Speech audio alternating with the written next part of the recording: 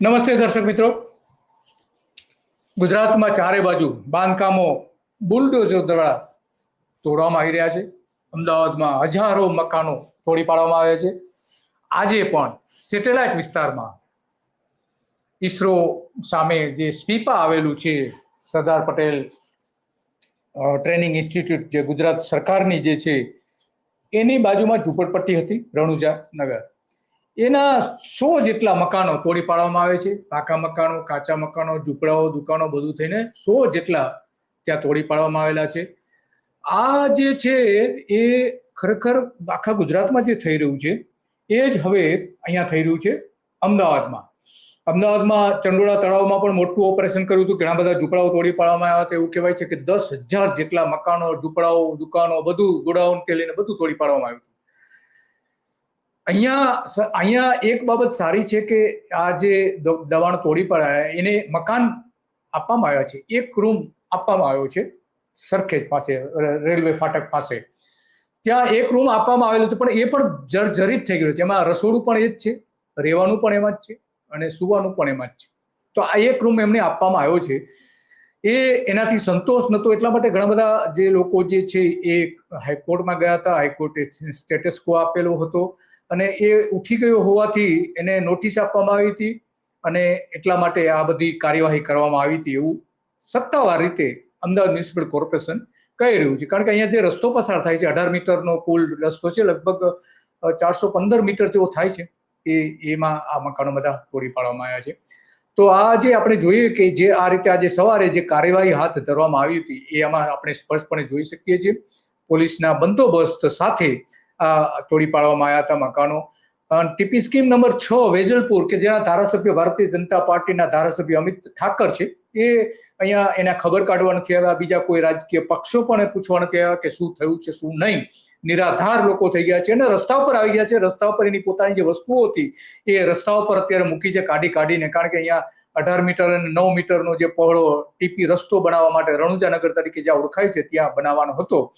તો આ આખી જે ઘટના બાબત છે, કુલ જે 72 જેટલા એના રહેવાસીઓ છે કૃષ્ણધામ આવાસમાં, એમને ત્યાં મકાનો ફાળવવામાં આવે છે. સ્થાનિકનું કહેવું એવું છે કે તમામને નથી ફાળવાયા, કેટલાક લોકોને ફાળવાયા છે અને જે આપવામાં આવેલ છે માત્ર એક રૂમ છે. એક રૂમમાં 12 સભ્યો જે છે એ કઈ રીતે રહી શકશે એ એક મોટો સવાલ છે. અને જે ફાળવણી કરવામાં આવી છે એ જર્જરિત થઈ ગઈ છે. એવું કે છે કે સળિયા પણ દેખાય છે, અમે રહેવા જઈએ તો ત્યાં તૂટી પણ જાય એવું એમનું કહેવું હતું. જે સ્થાનિક લોકો હતા, આ વિડીયો જે આપણે જોઈ શકીએ છીએ, તે બાંધકામ તોડીને બુલડોઝર જઈ રહ્યું છે. અસરગ્રસ્ત જે છે અન્ય જગ્યાએ વૈકલ્પિક વ્યવસ્થા આપી છે. ગુજરાત હાઈકોર્ટમાં અરજી કરી હતી કે જે એમને આપવામાં આવી છે એ બીજી જગ્યાએ પણ એને ફાળવવામાં આવે, પરંતુ સરકારે, જે અમદાવાદ મ્યુનિસિપલ કોર્પોરેશને જે છે આ લોકો સાથે આ રીતે છેતરપિંડી કરી અને આ રીતે પક્ષીઓને પણ બહાર આશ્રય લેવો પડ્યો છે. આ પક્ષીઓ આપણે જોઈ શકીએ છીએ. તો 25/9/2025 રોજ અહીંયા સ્ટે ઉઠી જવાથી આ કાર્યવાહી કરી છે એવું એમનું કહેવું છે, સત્તાવાર રીતે કહેવું છે. તો આ સેટેલાઇટ પોલીસની મદદથી ત્યાં આજે જેસીબી, 4 જેસીબી, એક હિટાચી મશીન પણ હતા અને 2 દબાણ ખસેડવાની ગાડી હતી. આજ સવારથી જ ઓપરેશન કર્યું હતું અને 32 ખાનગી કોન્ટ્રાક્ટરના ખાનગી મજૂરો પણ ત્યાં ઉઠવામાં આવ્યા હતા. કુલ બધા થઈને 84 રહેણાંકના વિસ્તારો છે, એમાં વાણિજ્ય 6 છે અને સોસાયટીના જે કમ્પાઉન્ડ હોલ જે છે એ 6 મળીને કુલ 96 બાંધકામો લગભગ 100 ની આસપાસ એ તોડી પાડવામાં આવ્યા હોવાનું કહે છે. તો ત્યાંના સ્થાનિક લોકો શું કહી રહ્યા છે એ પણ જોઈએ. ત્યાંની મહિલા જે કહી રહી છે, પોતાનો આક્રોશ વ્યક્ત કરી રહી છે, એ પણ સાંભળીએ એમને. અમે અહીંયા રણુજાનગર વિભાગ, મારું નામ ઠાકોર કુર્તી છે. અમે અહીંયા રણુજાનગર વિભાગમાં રહીએ છીએ. અમારા ઘર એકચ્યુઅલી રોડ કટિંગમાં જાય છે. બીજી વસ્તુ કે અમને એવું પહેલાં થોડા દિવસ પહેલાં એવું કહેવામાં આવ્યું હતું કે તમે તમારી રીતના પાડી લોજો, અમે બધું તમારી રીતના જ લઈ લોજો, અને અત્યારે અચાનક તોડવામાં આવી ગયું. પ્લસ જ્યારે વોટને એવું લેવાનું હતું ત્યાં અધિકારીઓ આવતા હતા, અત્યારે કોઈ અહીંયા જોવા પણ આવ્યું નથી.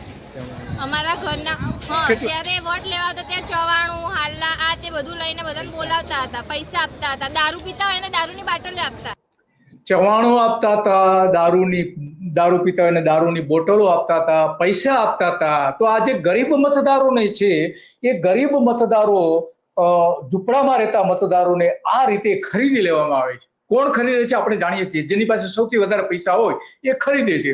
અને આ મહિલા સ્પષ્ટપણે કહી રહી છે કે આ જ રાજનેતાઓ મત મેળવવાના હોય ત્યારે આવે છે, પછી આવતા નથી. અમિત ઠાકર અત્યારે ધારાસભ્ય સરખેજના એના વિસ્તારમાં આવે છે. આગળ શું કહે છે સાંભળીએ. અને અત્યારે એવી પરિસ્થિતિ આવી ગઈ કોઈ જોવા માટે પણ આવ્યું નથી. અને એ જ ભાજપ સરકાર, કોઈ વ્યક્તિ અહીંયા આવ્યું નથી જોવા માટે કે તમારે શું તકલીફ છે, ક્યાં છે, શું કરો છો તમે. કોઈ જાતની કોઈ વ્યવસ્થા નથી. કોઈ કોર્પોરેટર આયા હતા અમદાવાદ મ્યુનિસિપલ કોર્પોરેશનમાંથી? હા, અમદાવાદ આયા હતા કોર્પોરેટર વાળા, પણ એ લોકો એવું જ કઈ ગયા હતા કે કોર્પોરેશનના અધિકારીઓ આયા હતા એવું કહે છે. કોર્પોરેટર આયા હતા એ નથી સમજી શક્યા બરાબર. તમે તમારી રીતના લેતા હોય ત્યાં સુધી અમે કઈ કરીશું નહીં. અને અત્યારે એમના જાતે જ તોડવા માંડ્યા છે. અચ્છા, જ્યાં સુધી તમે રહો છો ત્યાં સુધી અમે તોડીશું નહીં એવું કહ્યું તો અત્યારે આવીને એકાએક બધું તોડી નાખ્યું. તમે અહીંયા કેટલા સમયથી રહેતા હતા? અહીંયા સાસુ સસરાને 40-50 વર્ષથી રહેતા હતા. અને કેટલા ઘરના સભ્યો કેટલા અમે છે? ઘરના 13 જણા છે. 13માં બાળકો છે? હવે 13 જણા છે, સાથે બાળકો પણ છે. એક રૂમમાં કઈ રીતે રહી શકશે? 13 જણા એક રૂમમાં કઈ રીતે? આ માનવતાને એ મૂકી દીધી છે સરકારે. એટલા એના કુટુંબના સભ્યો છે એ પ્રમાણે એને મકાન આપવું જોઈએ, એને બદલે એક જ રૂમ આપવામાં આવી છે. આ મહિલા પણ કહી રહી છે અને કેટલાક એની સાથે બીજા જોડાયેલા એ પણ કહી રહ્યા છે. હા, બાળકો છે. તો હવે શું કરવાના તમે? હવે સર કશું અત્યારે તો ડાયરેક્ટ છે એટલે કઈ ખબર નહીં શું કરે. સામાન બી બધો અહીંયા સામે જ મૂકેલો છે. સામાન મૂકી દીધો? હા, સામે જ મૂકેલો. આ સામાન સામાન મૂકી દેવો પડ્યો છે એવી હાલત આ મહિલાની થઈ ગઈ છે. બીજા ત્યાંના અસરગ્રસ્તો છે, પુરુષો શું કરી રહ્યા છે એ પણ જોઈએ કે એમનું કહેવાનું શું છે એ પણ સાંભળીએ. પોપટજી અરુજી ઠાકોર, બરોબર. અમે અહીંયા 30-35-40 વર્ષથી રહીએ. 40 વર્ષથી આ લોકો રહેતા હતા અને રાતોરાત એમને ત્યાંથી જવું પડે છે. રસ્તો બનાવો એની સામે વાંધો નથી, પણ સામે વ્યવસ્થિત રીતે એને માનવતાના આધાર ઉપર એ સારી રીતે રહી શકે એવા મકાનો તો આપો. 40 વર્ષથી રહીએ સાહેબ, બરોબર. અમને ઓડામાં મકાન આપે પણ એમાં બધા સરિયા બરિયા બધું નીકળી જાય, રહેવા લાયક નથી. જે મકાન આપવામાં આવ્યું છે એ પણ બરોબર. ક્યાં મકાન ક્યાં આપ્યા તમને? ઈશ્વરધામ ઓડામાં. વેજલપુર? હા. કેવા એમ કેટલા શું છે, કેટલું વિસ્તાર છે, કેટલા મકાન છે? એક રૂમ છે, 2 રૂમ છે? એક જ રૂમ છે અંદર, એક જ રૂમ. અને કેવી હાલત છે ત્યાં? બહુ સારા ધારિયા નીકળી ગયેલા બધું થાય અંદરથી. કોઈ દરવાજાનો કોઈ વ્યવસ્થા નહીં, બારીનો કોઈ વ્યવસ્થા નહીં, કશું બધા દરવાજા અને બારી પણ નથી એવું કહી રહ્યા છે. અહીંયા કેટલા મકાન તોડ્યા છે? 61 મકાન. 61-62 મકાન. હા. પેલા રોડમાં આપણે 40 ફૂટનો હતો, ટર્નિંગમાં 120 ફૂટ કરી દીધો રોડ. અત્યારે કેટલા ફૂટનો હતો પેલા? 40 ફૂટનો રોડ હતો હા. અને અત્યારે કરી દીધો. અહીં આગળ 60 ફૂટ કર્યો અને અહીંથી ટર્નિંગમાં 120 ફૂટ કર્યો. 120 માપીને ગયા તે દિવસે. બરાબર. તો આવી હાલત છે ગરીબોની. માંડ પોતાનું ગુજરાન ચલાવતા હોય અને એના મોટાભાગના લોકો કા શાકભાજીની લારી ચલાવે છે અથવા તો એ પોતે ઘરકામ કરે છે, ઘરના કામ કરે છે, વાસણથી લઈને કચરા પોતાના કામ કરે છે.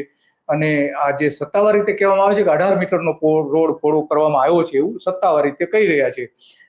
તો આ આખી બાબત છે કે ગરીબો ક્યાં જાય? હવે નોધારા મૂકી દીધા છે. એ વર્ણન કરે છે કે આ પ્રકારના એમની મકાનોની હાલત છે એ પણ વાત કરી રહ્યા છે. તો સરકારે ખરેખર માનવતાના ધોરણે એમના ઉપર એમને મકાનો આપવા જોઈએ. સળિયા બારી નથી, કઈ રીતે રહી શકશે આ લોકો? સવાલ એ આવે છે. માનવતા બિલકુલ નથી. અમદાવાદ મ્યુનિસિપલ કોર્પોરેશનના સત્તાધીશો અને ભારતીય જનતા પાર્ટી અહીંયા આપણે જાણીએ છીએ કે 1986 થી લઈને સત્તા પર છે.